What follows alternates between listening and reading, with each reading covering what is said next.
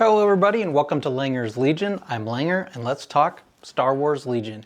And in today's episode we're going to wrap up the long anticipated Star Wars Legion roadmap that AMG did yesterday at day 3 of Ministravaganza 2023. So let's get into it.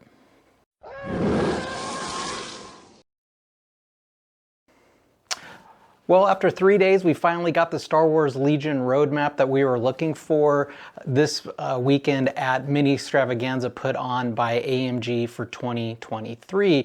There was a session put on called Incoming Reinforcements that had kind of the similar panel that we've seen in the last several videos with Will Schick, Will Pagani, Andrew Dusum, as well as a gentleman by the name of Marco Segovia, who is the sculpting director, because we got some conversations, at least in the stream, around the sculpts that for the units they're going to show, as well as some of the upcoming models. We didn't get too many spoilers in the near term. What they covered a lot of was units more in detail that we saw last April at the Adepticon show, specifically around the Geonosian Warriors and Fifth Brother, Seventh Sister. So let's get started by diving into the Geonosian Warriors kit. During the stream, before they really got into the units and the command cards and whatnot, they did talk to Marco about the challenges of designing these sculpts for these bugs regarding, the delicacy of their wings and kind of how the fact that they're not using any flight stands for any of these minis, which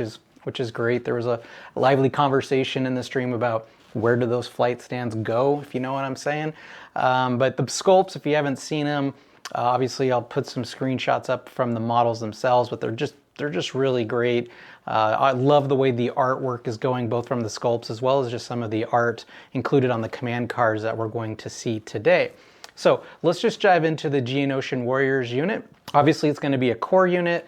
It's going to cost 45 points. It does have a heavy and a personnel slot. They do come with 1 wound, 1 courage, white defense dice.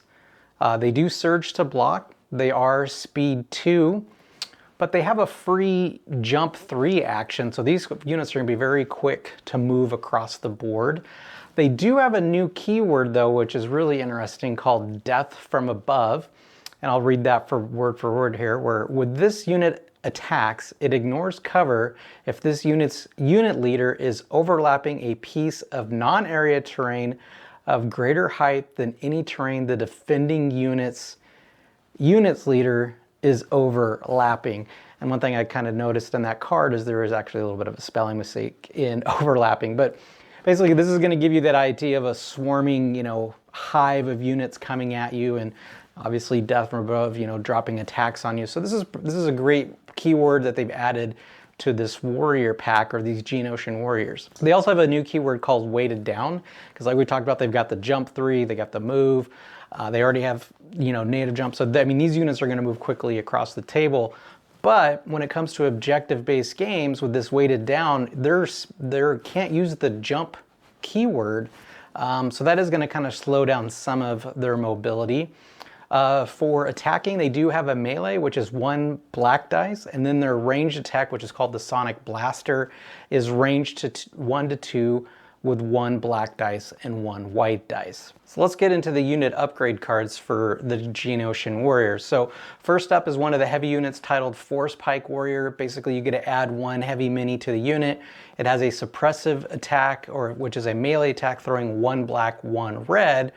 But what's unique about this one is it is a double-sided card, and during the stream we did not see the second side, but we do know, based off kind of their hints, or basically what they said, is that the second attack or the second weapon on there is going to have the overrun keyword. And for the other heavy mini option that's available to this unit, now granted, remember you only take 1 or the other, is the Sonic Cannon Warrior, which adds 1 mini. It's going to have a suppressive weapon with impact 1, with range 1 to 2, throwing a single rainbow for its attack pool. So 1 red, 1 black, 1 white. And of course, for traditional core units, we have the option to just add 1 regular Geonosian Warrior to the overall unit. Then next up we have the commander and operative for this, for the Geonosians. Basically, we're talking about Sun Fac and Poggle the Lesser. So they're going to come as a pack as 2. Poggle obviously is the commander. Hopefully folks are familiar with Poggle from the Clone Wars, as well as the movies. But they've mentioned during the stream that they're positioning him as obviously a wiser, older Geonosian, so he's got a little bit less movement.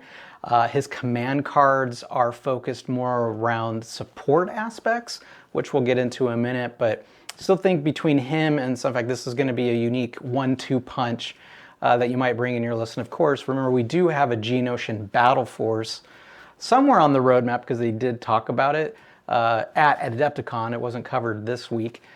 Check out the Battle Force Day 2 video I posted for more information on battle forces. But anyways, we know that it's coming, we just don't know when. But anyways, back to the unit card. So Poggle's going to come in at 85 points. For upgrade slots, he's got 2 commands, 1 comm, 1 gear. He's 4 wounds and 3 courage. Rolls a red defense dice. He's surge to hit. Moves a speed of 1, again, to represent kind of his older self.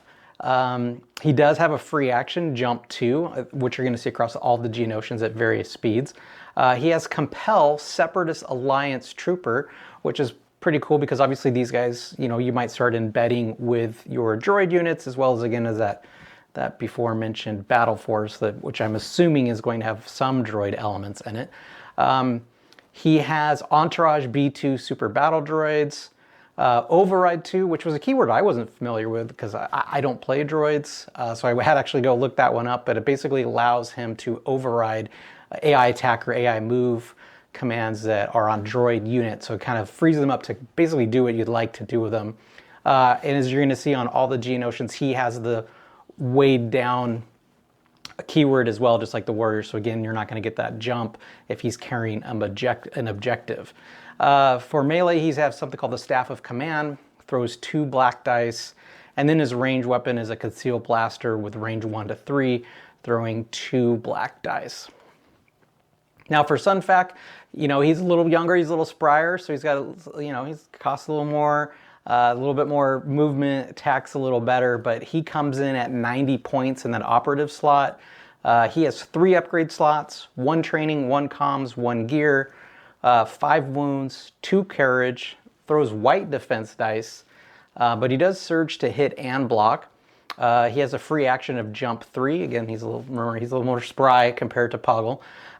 Cover 1, which neither the Geonosians, Poggle or the Warriors have. So he's going to get a little, even though he's throwing the white defense dice, he does get cover 1. He has the same death from above that we mentioned on the Geonosian Warriors. He has direct for Geonosian Warriors. So again, he's going to be kind of helping you give him an order, or he's going to direct some units for some order control. He's got retinue with Poggle the Lesser. So these guys are probably always going to be tied at the hip as a 1-2 punch.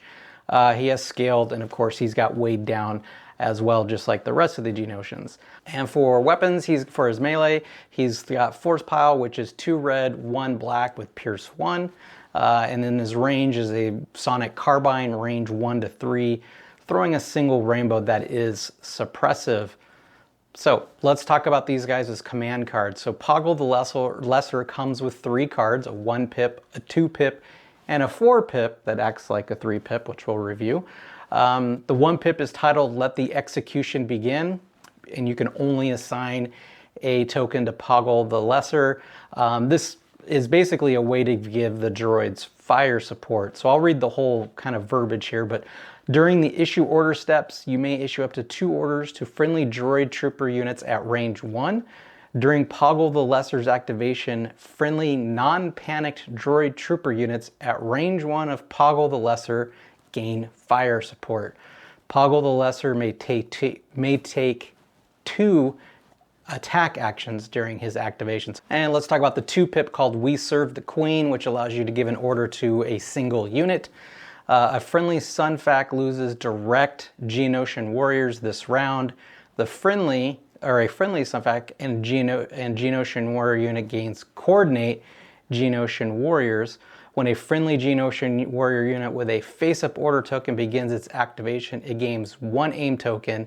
And unfortunately something else, as you can see from the graphic, the words are obscured by the model, so maybe it's suppression, maybe it's a dodge, surge token, who knows, we'll have to wait and see. But basically you're taking away the direct from Sun Fac and you're giving the coordinate, so just a little better order control again to give out these aim tokens, and that's the 2 pip. For the 4 pip or the 3 pip, you know, depending which way you want to read this, is a 4 pip by the card, but it acts as a 3 pip based off the reading. We make weapons, and this is for four droid trooper units. When building a command hand, treat this card as though it has 3 pips. When a core droid trooper unit is issued an order with this card, it may choose to return its order to the order pool. If it does, you may return a defeated miniature to the unit with no wound tokens and remove 1 suppression token. So this is a great card for that recovery or restore a miniature because it says defeat a miniature with no wound tokens. So it doesn't necessarily mean if you got a B1, like you could do some B2s or maybe even the battle droids, just units that don't have more than 1 wound to them, just to kind of bolster that army a little bit. And for Sun Fac, he's got a single 1 pip card titled Brutal Enforcer. After the issue order step, up to 2 friendly Geonosian Warrior units at range 2 of a friendly Sun Fac may free action jump 3, and then Sun Fac gains Agile 1 and Demoralize 1 this round. I'm interested, I'm not clear on the rules if this might be interesting if you already obtain objective and you're trying to get away, because I know it said they can't use the jump keyword, but this is a free action given by a command card, so I'm not sure how that one plays out, but maybe it's a way to get you across the field to those objectives sooner, then grab them, then come back. Pretty interesting. Again, it's just around getting some movement. I'm just not sure if the weighted down would cancel this if you've already got the objective with that free action of jump 3. My guess is yes, but I don't know, leave a comment down below. For the next couple units that we got, again, these were more ones that we saw at Adepticon. It was 5th Brother and 7th Sister. They talked about how these models, from a sculpting perspective, were very inspired by the Star Wars Rebels animated series. And if you look at 7th Sister, you'll see like on her saber, they've kind of got some swooshes on there. This was kind of their first time they talked about trying to show movement within the models themselves or within the sculpt. So something that Marco touches on. Again, I'll link the video below if you want to check that out. Now, both of these are operative units, and the goal was to try to make these quote unquote cheaper force units and to also make it so you can play them together based off cost, right? We know usually when you're taking named heroes or named units in Legion, it costs a lot of points, which lowers the activation. So they were trying not to kind of handicap that or handicap you if you take both of these. So they came up with some interesting ways to do that. One being a lower points, and then there's one keyword on 7th Sister that we'll get into that kind of changes the number of operatives that you can take. So let's dig into 5th Brother really quick. He's a 105 point operative, like we mentioned. They're both operatives. He has 3 upgrade slots, 2 training, 1 force slot, and there's only 1 card. Made it sound like there was only 1 card they could use. It wasn't very clear to me on that, but we'll get into that in a second. He has 6 wounds, 2 courage. He rolls red defense dice. He surges to hit, speed 2, has dauntless, block, enrage 2, immune pierce, again, force user. And then his attacks are the spinning lightsaber, which throws 5 black dice with ram 2, impact 2, and pierce 1. And then he can throw that, so he's got some ranged attack there. So obviously you won't be taking like a saber throw upgrade. Throwing spinning lightsaber, range 1 to 2, 3 black dice, impact 2, and pierce 1. And then for 7th Sister, she comes in at 110 points, again in that operative slot. She has 3 upgrade slots, 2 training, 1 force, again, appears to be only 1 card that they can use there. She has 5 wounds and 3 courage, red defense dice, surge to hit, speed 2, jump 1, and then this is the keyword I was talking about before, where she has associate. So if you take her with 5th Brother, she actually doesn't count towards the operative rank when you're building your army. So that's kind of a good way, if you're taking a lot of operatives, you don't go over the predetermined amount. For keywords, she also has block, charge, discipline, and of course, immune pierce. Then she has this interrogate one, which again, I believe this is a new keyword. I don't recall seeing this one before, but it says, while this unit is at range 1 of an enemy unit, treat that unit's command cards as having 1 more pip. So again, getting into that later stage games, probably where you're trying to control command hands or control turns a little better. So it'll be interesting to see how this plays out if she can get close enough, obviously, to a range 1 of your commander to make it so if you play a 1 pip, it's a 2 pip, 2 pip, 3 pip, so on and so forth. She has the same attacks, they're just a little different. So she has the spinning lightsaber, 5 black dice, impact 2, pierce 1. And then she's got the thrown lightsaber, range 1 to 2, 3 black dice, impact 2, and pierce 1. Now for the upgrade card, this is the one that they were talking about on the stream, and I'll read it verbatim here. It says, this unit gains demoralize 1. When a unit at range 1 exhausts a Jedi upgrade or a Force upgrade, you may roll a red defense dice. On a block or a surge, so if you throw paint, cancel the effect and the upgrade remains exhausted. So if somebody force chokes or saber throws or whatever, you have a chance to basically nullify that, and then the upgrade itself stays exhausted. So I think this is a good way that they're trying to, obviously the Inquisitors are Jedi hunters, but you notice, basically most of the Empire folks or the Force users have Jedi hunter as a keyword. They do not. So I think this was kind of a good alternative, not to make them too powerful, but give them this card where there's some chance that, you may or may not pull off that kind of Force user attack. So this will be interesting. Like I said, they made it sound like in the stream that this was the only upgrade that they could put in the Force user slot, but I guess time will tell on that one. For command cards, Fifth Brother has a 2-pip and a 3-pip. 2-pip is titled You Would Question Me, which allows you to assign orders to Fifth Brother and 7th Sister. Basically, it allows you to give tokens to each one, and each one earns the opposite of what you gave to the other one. Meaning, if you give a dodge to Fifth Brother, Sister gets an aim. If you give an aim to Brother, Sister gets a dodge. But when either unit gains an aim or dodge token, the other unit may gain an immobilized token. And if they do, that first unit gains an additional token of the same type. So if they do get that green token, you can double it if you take an immobilize token. So if you want double dodges or some double aims, that's a pretty interesting mechanic there. The 3-pip, I care not for your struggles, which allows you to give orders to Fifth Brother and 2 troopers. Fifth Brother may issue orders at range 1 to 5 this turn, and units that are issued an order by this card gain Dauntless for the round. And for 7th Sister, she actually has a 1-pip, a 2-pip, and a 3-pip.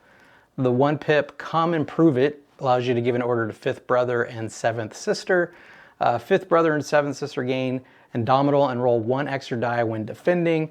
If 7th Sister is declared as the target of an attack while she has a face-up order token, she gains 1 dodge token. So some good survivability here, or good defense here.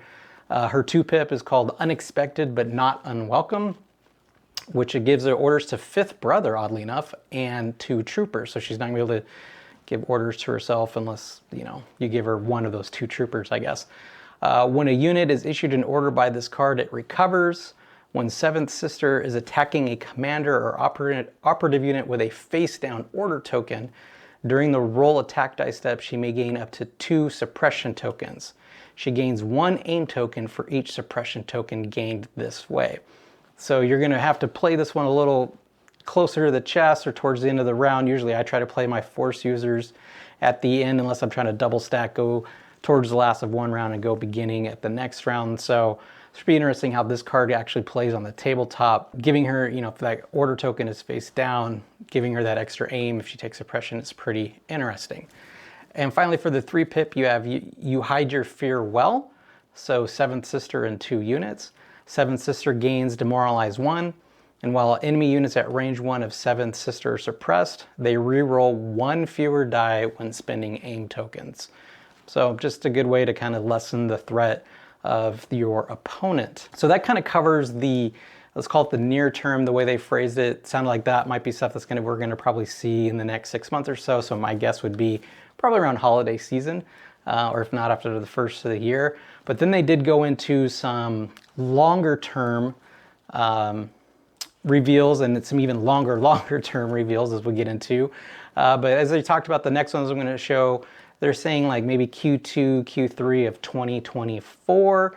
And one thing that they said was probably one of the most asked for units in the game is clone commandos for GAR. So the Galactic Republic is finally going to get their clone commandos, as well as, if you're familiar with the clone commandos game, within that same, I'm assuming that box, it'll be another unit card. Again, they didn't show any of these. They just showed these graphics. There's going to be a Delta Squad alternate, so that you can buy this one box and you're either going to get, let's call them traditional clone commandos, or you'll be able to use Delta Squad. Confirmed the range troopers for the Empire, which I discussed in the day 2 video down below, which was a spoiler from a painting session that they did. But obviously they gave us some official box art for these. I won't talk too much about them. Take a look at that other video. Looks really great. Love them. Again, like I said, they come from the Solo movie, which I'm a fan of. They didn't mention, just like in the painting video I talked about, they didn't mention if they're going to be core or special forces, just something that is coming. Additionally, and these are the longer term out, because these are just rough kind of molds or sketches, I guess you would say. But it's crabbing time, as they said in the chat during the session, for the LM4K crab droid for CIS. And then the Rebel Saboteurs are coming for the Rebels.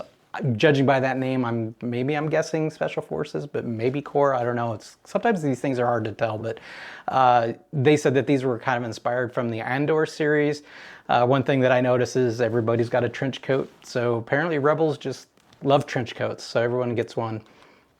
And then something that was really not expected, at least I didn't think it was expected, and this is the longer term, like they were talking about like 2 years out, because it just takes time to develop these things, is for the initial release, or let's call it the core assets of the game when Star Wars Legion came out. All those units, so like the Rebels and Luke and Vader, all came in, Stormtroopers, of course, my favorite, all came in soft plastic. And they are going to work towards re-releasing all of those units in the coming years in hard plastic for all the reasons we can expect, right? They look better, there's better durability, and you know, they didn't really get into this, but we know some of those sculpts aren't the best looking as well. So they did show some reveals here, and I'll post up the pics. So we're going to get Luke and Leia redone. We're going to get the Rebel Commandos. I love the look of these Stormtroopers. And then the last one they showed was Lord Vader himself, and this very kind of propaganda pose. Like I see it, I think of Captain America for some reason, of like, come join us, come work with us, or whatever. So hard plastic for these units is coming, but again, this is way, way off. One thing that they did mention is kind of under the breath that they said they would like to do this for all the initial released units that came in soft plastic, that they would like to redo them or remake them in hard plastic, which I think is great. You know, the hard plastic is better, it looks better, but you know, maybe they can give us different sculpts and stuff like that. Like, I don't need more Stormtroopers, but some different sculpts or whatever is always welcome. So I appreciate that. Plus, the one thing that people didn't comment on that I thought was interesting is, you know, we've all seen this on the Reddits or stuff, like people are always like, is this game still going on? Is this a dead game? Did Shatterpoint kill it? And the fact that they mentioned something that they said will take years to accomplish, you know, puts a little extra faith in the fact that this, you know, Legion is going to be around. They're going to keep it healthy, at least obviously as it was stated. So we've got these near term and these long terms, and even these longer terms of the hard sculpts. Now, one thing that was oddly not present during this session that I thought was weird that they did discuss at Adepticon was there was no mention of the Bad Batch. We did see some mock-ups of the Bad Batch at Adepticon. Of course, everybody was super excited for that, but there was not even a mention of it during this roadmap. So not sure if that's something they're keeping close to the chest. Maybe there's something that pushed that out. Who knows? But for anybody that asks about the Bad Batch, no mention of it. Lots of it in the chat during the stream, but nothing from AMG specifically. So with that, day 3 wrap up, I appreciate your time. Hopefully you made it to the end of this video. If you missed anything from day 1 or day 2, I did recaps of those, put the links in the comments. But until next time, hail to the Empire.